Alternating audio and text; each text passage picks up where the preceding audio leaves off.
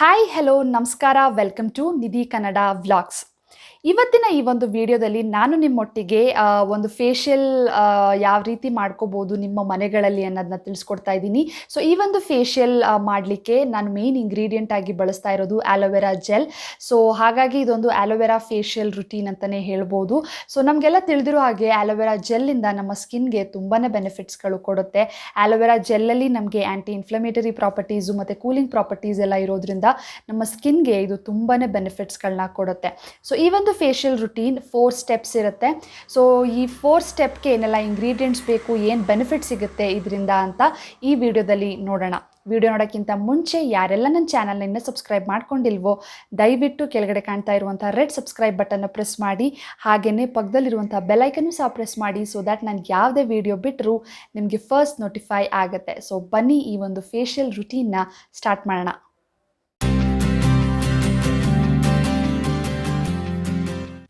ಫೇಶಿಯಲಲ್ಲಿ first step ಬಂದು cleansing. So ನಾನು ಕ್ಲೆನ್ಸರ್ನ prepare ಮಾಡಲಿಕ್ಕೆ ಮೊದಲನೇದಾಗಿ ಒಂದು ಬೌಲ್ಗೆ ನಾನು 1 ಟೇಬಲ್ ಸ್ಪೂನಷ್ಟು ಆಲೋವೆರಾ ಜೆಲ್ನ ನಾನು ಬಳಸ್ತಾ ಇದ್ದೀನಿ.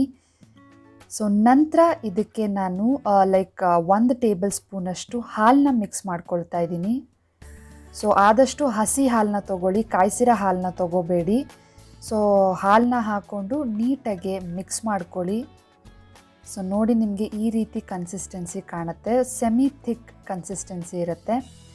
ಸೊ ಫಸ್ಟ್ ಇದನ್ನು ಒಂದು ಸ್ವಲ್ಪ ತೊಗೊಂಡು ನೀಟಾಗಿ ಫೇಸ್ಗೆಲ್ಲ ಅಪ್ಲೈ ಮಾಡಿ 1 or 2 ಮಿನಿಟ್ಸ್ ಇದನ್ನು ಜೆಂಟಲಾಗಿ ಮಸಾಜ್ ಮಾಡಬೇಕು.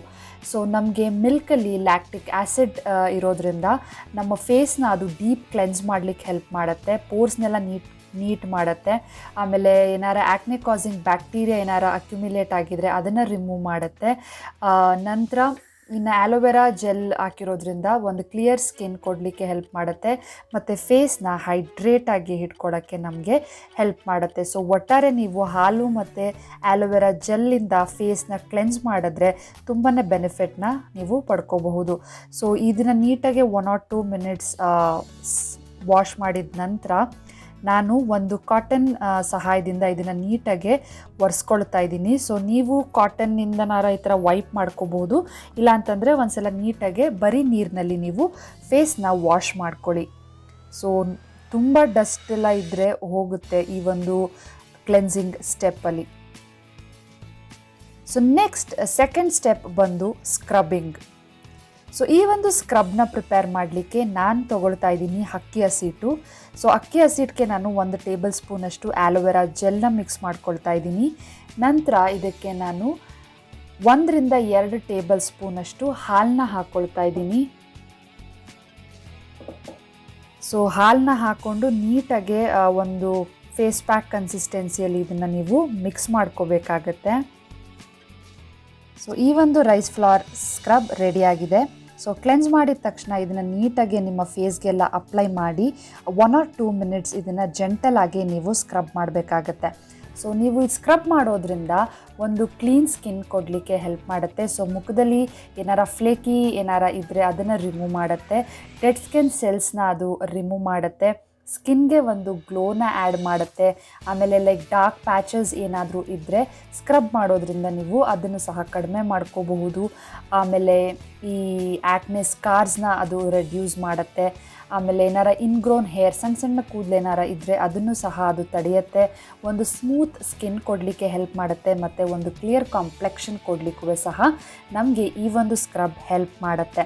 ಸೊ ಇಲ್ಲಿ ನಾವು ರೈಸ್ ಫ್ಲವರ್ ಬಳಸಿರೋದ್ರಿಂದ ಅದು ಒಂದು ಆ್ಯಂಟಿ ಇನ್ಫ್ಲಮೇಟರಿ ಮತ್ತು ಆ್ಯಂಟಿ ಆಕ್ಸಿಡೆಂಟ್ ಏಜೆಂಟ್ಸ್ ಇರೋದ್ರಿಂದ ನಮ್ಮ ಸ್ಕಿನ್ಗೆ ಅದು ತುಂಬಾ ಬೆನಿಫಿಟ್ ಮಾಡುತ್ತೆ. ಸೊ ಈ ಒಂದು ಸ್ಕ್ರಬ್ನ ಒಂದು 5 ಮಿನಿಟ್ಸ್ ಬಿಟ್ಟು ನಂತರ ನೀವು ವಾಶ್ ಮಾಡ್ಬೋದು. ಸೊ ನೆಕ್ಸ್ಟ್ ಸ್ಟೆಪ್ ನಾನು ಸ್ಟೀಮಿಂಗ್ನ ಮಾಡ್ಕೊಳ್ತಾ ಇದ್ದೀನಿ. ಸೊ ಸ್ಟೀಮಿಂಗ್ ಬಂದು ಇಲ್ಲಿ ಆಪ್ಷನಲ್, ಬಟ್ ಮಾಡಿದ್ರೆ ನಿಮ್ಮ ಸ್ಕಿನ್ಗೆ ಹಲವಾರು ಬೆನಿಫಿಟ್ಸ್ನ ಕೊಡುತ್ತೆ. ಬ್ಲಡ್ ಸರ್ಕ್ಯುಲೇಷನ್ನ ಪ್ರಮೋಟ್ ಮಾಡುತ್ತೆ, ಸ್ಕಿನ್ನ ಸೂದನ್ ಅಪ್ ಮಾಡಲಿಕ್ಕೆ ಹೆಲ್ಪ್ ಮಾಡುತ್ತೆ, ಕೊಲಾಜಿನ್ ಲೆವೆಲ್ನ ಬೂಸ್ಟ್ ಮಾಡುತ್ತೆ. ಆಮೇಲೆ ನೀವು ಯಾವುದೇ ಸ್ಕಿನ್ ಕೇರ್ ಪ್ರಾಡಕ್ಟ್ಸ್ನ ಹಾಕ್ಕೊಂಡ್ರು ಅದು ಈಸಿಯಾಗಿ ನಿಮ್ಮ ಸ್ಕಿನ್ಗೆ ಅಬ್ಸಾರ್ಬ್ ಆಗುತ್ತೆ. ಸೊ ಸ್ಟೀಮಿಂಗ್ ಆಗಿದ ನಂತರ ಫೇಸ್ ಮಾಸ್ಕ್ನ ತಯಾರಿಸ್ಕೊಳ್ತಾ ಇದ್ದೀನಿ. ಸೊ ಈ ಒಂದು ಫೇಸ್ ಮಾಸ್ಕ್ಗೆ ಏನು ಬೇಕಪ್ಪ ಅಂತಂದರೆ 1 ಟೇಬಲ್ ಸ್ಪೂನಷ್ಟು ಆಲೋವೆರಾ ಜೆಲ್ನ ತೊಗೊಳ್ತಾ ಇದ್ದೀನಿ. ಸೊ ನಂತರ ಇದಕ್ಕೆ ನಾನು ಒಂದು ಚಿಟಿಕೆಯಷ್ಟು ಅರಿಶಿನ ಹಾಕ್ಕೊಳ್ತಾ ಇದ್ದೀನಿ.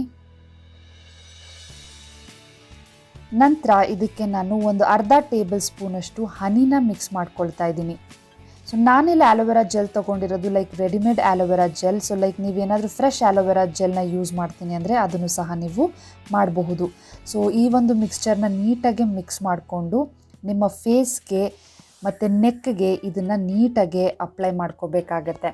ಸೊ ನಮಗೆ ಆಲೋವೆರಾ ಜೆಲ್ಲಲ್ಲಿ ಮತ್ತು ಟರ್ಮರಿಕಲ್ಲಿ ನಮಗೆ ಆ್ಯಂಟಿ ಬ್ಯಾಕ್ಟೀರಿಯಲ್ ಪ್ರಾಪರ್ಟೀಸ್ ಎಲ್ಲ ಇರೋದ್ರಿಂದ skin related problems like acne ಆಗಿರ್ಬೋದು, ಪಿಂಪಲ್ಸ್ ಆಗಿರ್ಬೋದು, ಡ್ರೈನೆಸ್ ಆಗಿರ್ಬೋದು ಮತ್ತು ಬ್ಲೆಮಿಷಸ್ ಆಗಿರ್ಬೋದು, ಸೊ ಇವನ್ನೆಲ್ಲ ರೆಡ್ಯೂಸ್ ಮಾಡಲಿಕ್ಕೆ ನಮಗೆ ಈ ಒಂದು ಫೇಸ್ ಮಾಸ್ಕ್ ನಮಗೆ ತುಂಬ ಹೆಲ್ಪ್ ಮಾಡುತ್ತೆ.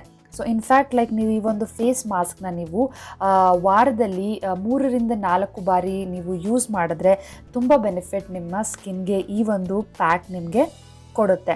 ಸೊ ಈ ಒಂದು ಫೇಸ್ ಪ್ಯಾಕ್ನ ನೀವು ಅಪ್ಲೈ ಮಾಡಿ ಒಂದು 10 to 15 ಮಿನಿಟ್ಸ್ ಬಿಟ್ಟು ನಂತರ ನೀವು ವಾಶ್ ಮಾಡಬೇಕಾಗತ್ತೆ. ಸೊ ಇದನ್ನು 10 ಮಿನಿಟ್ಸ್ ಬಿಟ್ಟು ನಂತರ ನೀವು ವಾರ್ಮ್ ವಾಟರಲ್ಲಿ ವಾಶ್ ಮಾಡಿ. ಸೊ ನೆಕ್ಸ್ಟ್ ಸ್ಟೆಪ್ ಬಂದು ಫೇಸ್ ಜೆಲ್. ಸೊ ಈ ಒಂದು ಫೇಸ್ ಜೆಲ್ನ ಪ್ರಿಪೇರ್ ಮಾಡಲಿಕ್ಕೆ ನಾನು ತೊಗೊಳ್ತಾ ಇದ್ದೀನಿ 1 ಟೇಬಲ್ ಸ್ಪೂನಷ್ಟು ಆಲೋವೆರಾ ಜೆಲ್ನ ತೊಗೊಳ್ತಾ ಇದ್ದೀನಿ. ಸೊ 1 ಟೇಬಲ್ ಸ್ಪೂನ್ ಆಲೋವೆರಾ ಜೆಲ್ಗೆ ನಾನು 1 ವೈಟಮಿನ್ ಇ ಕ್ಯಾಪ್ಸ್ಯೂಲ್ನ ತೊಗೊಳ್ತಾ ಇದ್ದೀನಿ. ಸೊ ಈ ಒಂದು ಫೇಸ್ ಜೆಲ್ನ ಪ್ರಿಪೇರ್ ಮಾಡಿಕೊಂಡು ಲೈಕ್ ನೀವು 1 ವೀಕ್ ತನಕ ಸ್ಟೋರ್ ಮಾಡಿ ಡೈಲಿ ಇದನ್ನು ನೀವು ಅಪ್ಲೈ ಮಾಡ್ಬೋದು. Like as a overnight mask ಥರ ಇದನ್ನು ನೀವು ಅಪ್ಲೈ ಮಾಡಿ ಬಿಡಬಹುದು. ಸೊ ನೀಟಾಗಿ ಮಿಕ್ಸ್ ಮಾಡ್ಕೊಳ್ಳಿ. ಒಂದು ಜೆಲ್ ಅಥವಾ ಒಂದು ವೈಟಿಶ್ ಕಲರ್ ಥರ ನಿಮಗೆ ಆಗುತ್ತೆ. ಸೊ ಇದನ್ನು ನೀಟಾಗಿ ನಿಮ್ಮ ಫೇಸ್ಗೆಲ್ಲ ನೀವು ಅಪ್ಲೈ ಮಾಡಿಕೊಂಡು ಓವರ್ನೈಟ್ ಇದ್ಬಿಟ್ರೆ ತುಂಬ ಒಳ್ಳೆಯದು.